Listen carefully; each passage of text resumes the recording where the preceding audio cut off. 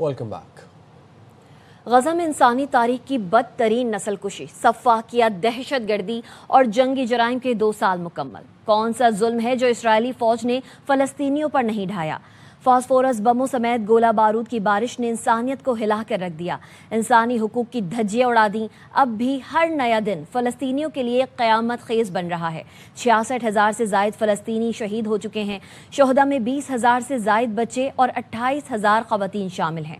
270 صحافی اور اقوام متحدہ کے 370 اہلکار بھی لقمہ اجل بنا دیے گئے۔ غزہ میں ہماری آنکھوں کے سامنے نسل کشی ہو رہی ہے۔ اب دنیا میں کوئی یہ نہیں کہہ سکتا کہ ہمیں نسل کشی کا معلوم نہیں تھا۔ اسرائیل کی قید سے رہائی کے بعد ماحولیاتی کارکن گریٹا تھنبرگ کی ایتھنز پہنچ کر میڈیا سے گفتگو، کہا نسل کشی روکنا عالمی برادری کی قانونی ذمہ داری ہے۔ اسرائیل اب تک 341 ارکان کو رہا کر چکا ہے۔ پاکستان کے سابق سینیٹر مشتاق احمد سمیت 138 کارکن اب بھی اسرائیل کی قید میں ہیں۔ امریکی صدر ڈونلڈ ٹرمپ نے کہا ہے غزہ امن ڈیل کا ہر ملک و قوم نے خیر مقدم کیا ہے۔ ہم مشرق وسطی میں 3000 سال پرانا تنازع حل کرنے جا رہے ہیں۔ اوول آفس میں میڈیا سے گفتگو میں ٹرمپ کا مزید کہنا تھا، حماس کے ساتھ جنگ بندی اور یرغمالیوں کی رہائی کے لیے مذاکرات جاری ہیں۔ ترکی، UAE اور سعودی عرب بھی امن کے لیے کوشاں ہیں۔ حماس کے لیے یہ اچھا موقع ہے کہ قیام امن کے لیے مسائل کا حل مل بیٹھ کر نکالے۔ انہوں نے کہا اسرائیلی عوام یرغمالیوں کی واپسی اور تنازع کا خاتمہ چاہتے ہیں۔ Everybody is. I think every nation is. We have just about every nation working on this deal and trying to get it done. Something that you could say 3,000 years if you look at it in certain ways, or you could say centuries, but this is a deal that incredibly everyone just came together. They all came together. No, Israel's been great. Certain things aren't met, we're not going to do it. But I think we're doing very well, and I think Hamas has been agreeing to things that are very important. The people of Israel want it to happen, but the people related to hostages, I mean, you see in Israel tens of thousands of people. They really want the hostages back, and they really want things to end. And I think Hamas now has been, all I can say is they've been fine. They've been fine. I hope it's going to continue that way. I think it will. I really think we're going to have a deal. We have a really good chance of making a deal. نظام منصوبے پر امریکہ، اسرائیل، Hamas مذاکرات شروع ہو گئے۔ مذاکرات مصر کے سیاحتی مقام شرم الشیخ میں ہو رہے ہیں۔ مذاکرات میں ترکی اور مصر کے وفود بھی شریک ہوں گے۔ الجزیرہ نے فلسطینی ذرائع کے حوالے سے بتایا خدشہ ہے اسرائیل قیدیوں کی رہائی کے بعد مذاکرات ادھورے چھوڑ دے گا۔ امن منصوبے میں سب سے اہم مطالبہ حماس کا ہتھیار ڈالنا ہے، جس پر حماس کا موقف ہے کہ یہ صرف اسرائیلی قبضہ ختم ہونے اور فلسطینی ریاست کے قیام کے بعد ہی ممکن ہے۔ ایران نے بھی صدر ٹرمپ کے غزہ امن منصوبے کی حمایت کر دی ہے۔ ترجمان وزارت خارجہ اسماعیل بقائی نے کہا کسی بھی ایسے اقدام کے حق میں ہیں جو غزہ میں نسل کشی کے خاتمے کا سبب بنے۔ فلسطینی عوام اور مزاحمتی گروہوں کا فیصلہ ہی قابل قبول ہوگا۔ جنگ بندی میں اسرائیلی فوج کا انخلا اور فلسطینی حق خود ارادیت کا احترام شامل ہونا چاہیے۔ غزہ انسانی امداد کی فراہمی اور تعمیر نو ضروری ہے۔ جنگ بندی سے صہیونی جرائم پر قانونی کارروائی کی ذمہ داری ختم نہیں ہوتی۔ ایران غزہ میں انسانی امدادی کوششوں میں حصہ لینے کے لیے تیار ہے۔ واحد ٹرمپ ہی ہے جو اس بدمعاش نیتن یاہو کو لگام ڈال سکتا ہے۔ مشاہد حسین سید کی پروگرام خبر میں گفتگو۔ نیتن یاہو نے غزہ جنگ کے شروع میں کہا تھا حماس کو ختم کر دوں گا۔ ٹرمپ کی وجہ سے نیتن یاہو آج اسی حماس سے مذاکرات کر رہا ہے۔ غزہ جنگ بندی ہوتی ہے تو نسل کشی اور قبضے کی پالیسی ختم ہو جائے گی۔ بھوکے پیاسے فلسطینیوں کو امداد کی فراہمی شروع ہو جائے گی۔ پاکستان فلسطینیوں کو ریلیف کا منصوبہ چاہتا ہے، اسرائیل کو تسلیم نہیں کر رہا۔ یہ ایک امید کی کرن ہے کہ صرف ٹرمپ ہی اس بدمعاش نیتن یاہو کو لگام لگا سکتا۔ کیا کہا تھا نیتن یاہو نے کہ میں صفحہ ہستی سے مٹا دوں گا حماس کو۔ آج اسی حماس کے ساتھ امریکہ کے ایما پر ڈائریکٹ نیگوسیشنز ہو رہے ہیں اور اس موقع کو چھوڑنا نہیں چاہیے کہ ٹرمپ کی ٹرم جو ہے وہ 3 سال کے لیے ہے۔ تو اس 3 سال میں ہمارے جو 8 مسلمان لیڈرز ہیں وہ کمٹمنٹ لے دیں کہ for a Palestine state with Jerusalem as the capital. جو نیگوسیشنز ہو رہی ہیں یہ نیکسٹ 24-36 آورز میں کلیئر ہو جائے گی ہمیں سچویشن کہاں جا رہی ہے بات؟ دیکھیں نا، اس میں 3 ممالک نے گارنٹی دی تھی ٹرمپ کو، ٹرکی، ایجپٹ اور قطر، کہ will bring Hamas on board.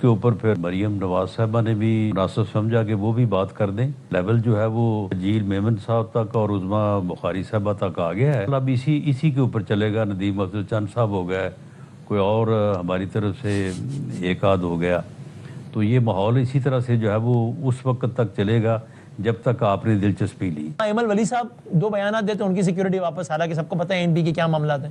یہاں قاسم گیلانی صاحب کہتے ہیں میری انفارمیشن کے مطابق یہ خبر درست نہیں ہے.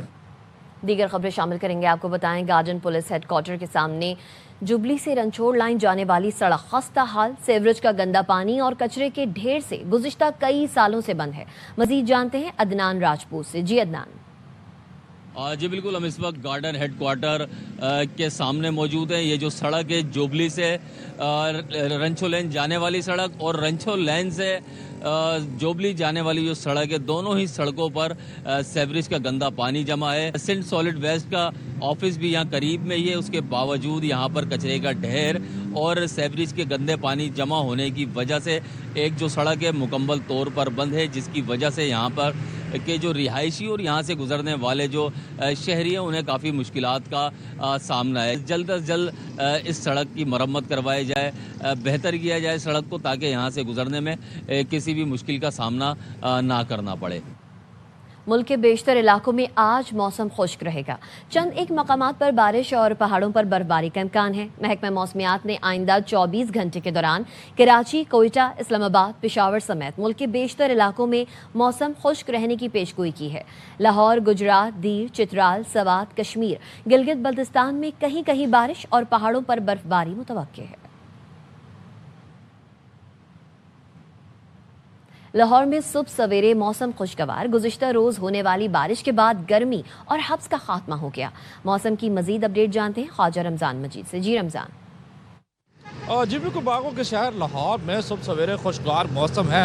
ہلکی خنکی کا احساس ہونے لگا ہے اور رات کے بھی ہلکی خنکی کا احساس ہونے لگا ہے. تاہم گزشتہ دنوں ہونے والی بارش کے بعد موسم میں واضح طور پر تبدیلی آنا شروع ہو چکی ہے. آج بھی محکمہ موسمیات کی جانب سے پیشن گوئی کی گئی ہے کہ آج بھی آئندہ 24 گھنٹوں کے دوران وقفے وقفے سے بارش کا امکان ظاہر کیا گیا ہے. درجہ حرارت کی اگر بات کی جائے تو درجہ حرارت میں واضح طور پر کمی آئی ہے. آج زیادہ سے زیادہ شہر کا درجہ حرارت جو ہے وہ 28 ڈگری سینٹی گریڈ ہوگا اور کم سے کم درجہ حرارت 16 ڈگری سینٹی گریڈ تک ریکارڈ کیا جائے گا. تاہم رات کے اور صبح کے اوقات میں ہلکی خنکی کا احساس, جبکہ دن کے اوقات میں گرمی کی شدت برقرار رہے گی. جی. پیپلز انفارمیشن ٹیکنالوجی پروگرام میں توسیع کا فیصلہ کیا گیا ہے. میٹرک اور انٹر پاس طلبہ کو آئی ٹی کے کورس کروائے جائیں گے. پروگرام کے حوالے سے جانتے ہیں اپنے نمائندے انور خان سے.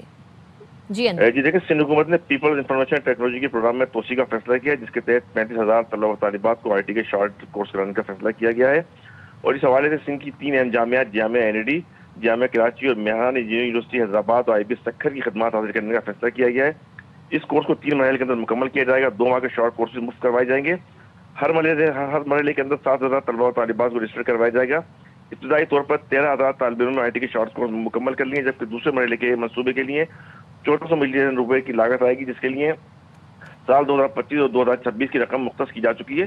اور سندھ حکومت نے یہ فیصلہ آئی ٹی کے بڑھتے رجحانات اور اے آئی کے پیش نظر کیا ہے. جی. انور خان اپڈیٹ کرے تھے, شکریہ آپ کا. سابق انگلش کپتان بھی بھارتی رویے کے خلاف بول پڑے. مائیکل ایتھرٹن نے آئی سی سی ایونٹ میں پاک بھارت میچ نہ کرانے کا مطالبہ کر دیا. کہا بھارت کے ہاتھ نہ ملانے اور ٹرافی نہ لینے سے لگتا ہے کرکٹ کو سیاسی فائدے کے لیے استعمال کیا جا رہا ہے.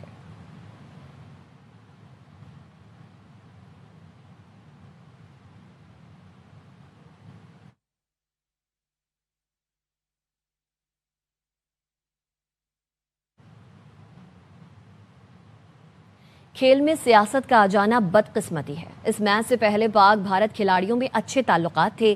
قومی ویمن ٹیم کی سابق کپتان بسمہ معروف کی اے آر وائی نیوز سے گفتگو. کہا بھارت سے میچ جیت جاتی تو لڑکیوں کا مورال بلند ہوتا. ہماری اور باقی ٹیمز میں صلاحیتوں کا فرق ہے. ضابطۂ اخلاق کی خلاف ورزی, آئی سی سی کی پاکستانی بیٹر کو وارننگ. سدرا نے بھارت کے خلاف آؤٹ ہونے پر ملازمین پر مارا, جس پر انہیں ڈی میرٹ پوائنٹ بھی دیا گیا. ترجمان آئی سی سی کے مطابق سدرا نے اپنی غلطی تسلیم کر لی, اس پر سماعت کی ضرورت نہیں. دیں گے کراچی سے, جہاں پر 3 روز قبل سپر ہائی وے کی جھاڑیوں سے گولی لگی لاش ملنے کا معاملہ.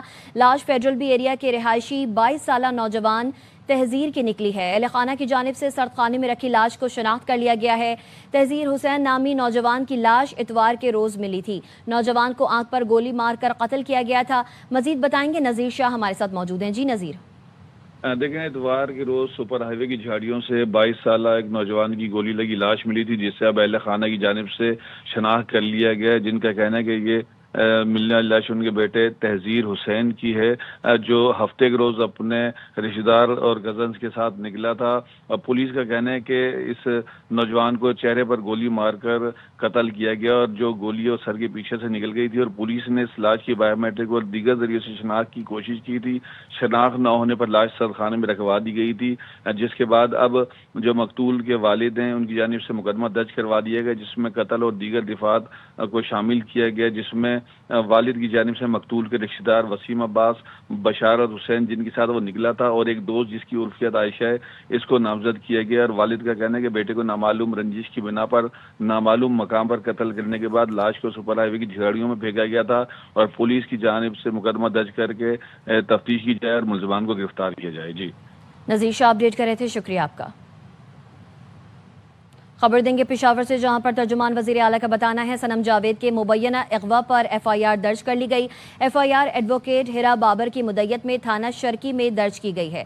وزیر اعلیٰ علی امین گنڈاپور کا واقعے کی مکمل اور شفاف تحقیقات کا حکم دیا گیا ہے۔ بیورو چیف ضیاء الحق سے مزید جانیں گے۔ جی ضیاء الحق۔ جی ان کا مزید یہ بھی بتانا تھا کہ چونکہ صنم جاوید کو گزشتہ رات ان کے مطابق نامعلوم افراد اٹھا کر لے کر گئے ہیں، اور ان کا یہ کہنا تھا کہ صنم جاوید کے اقوام ملوث نامعلوم افراد کی گرفتاری کے لیے قانونی کارروائی شروع کر دی گئی ہے، اور یہ ترجمان وزیر اعلیٰ کا کہنا تھا، اور ان کا یہ بھی بتانا ہے کہ غیر قانونی عمل ملوث عناصر قانون کے مطابق سخت سزا دی جائے گی، اور خیبر پختونخوا حکومت صنم جاوید کو مکمل انصاف دلانے کے لیے تمام تر وسائل برائے کار لائے گی۔ ساتھ میں ان کا یہ بھی کہنا تھا کہ پنجاب میں جب عمران خان پر قاتلانہ حملہ ہوا تھا تو اس وقت ان کی اپنی حکومت تھی، مگر وہاں قاتلوں کے خلاف ایف آئی آر درج نہیں ہو سکی، لیکن یہاں پر ہم نے صنم جاوید کے اغوا کے خلاف ایف آئی آر درج کر لی ہے۔ جی ضیاء الحق اپڈیٹ کر رہے تھے، شکریہ آپ کا۔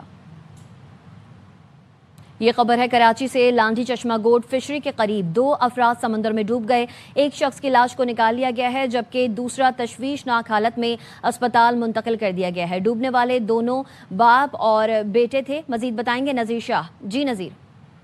دیکھیں یہ لانڈی چشمہ گوٹ ہے، جہاں فشری کے قریب 2 افراد سمندر میں ڈوب گئے، جن میں ایک کی لاش کو نکال دیا گیا، جبکہ دوسرا تشویشناک حالت میں اسپتال منتقل کیا گیا۔ ریسکیو ذرائع کا کہنا ہے کہ ڈوبنے والے دونوں باپ اور بیٹا، جن میں باپ ڈوب کر جاں بحق، جبکہ بیٹا اس وقت انکانشیس ہے، جسے اسپتال میں طبی امداد فراہم کی جا رہی ہے۔ جی نذیر شاہ اپڈیٹ کر رہے تھے، شکریہ آپ کا۔ خبروں سے فی الوقت اتنا ہی، دیکھتے رہیے ایئر وائے نیوز۔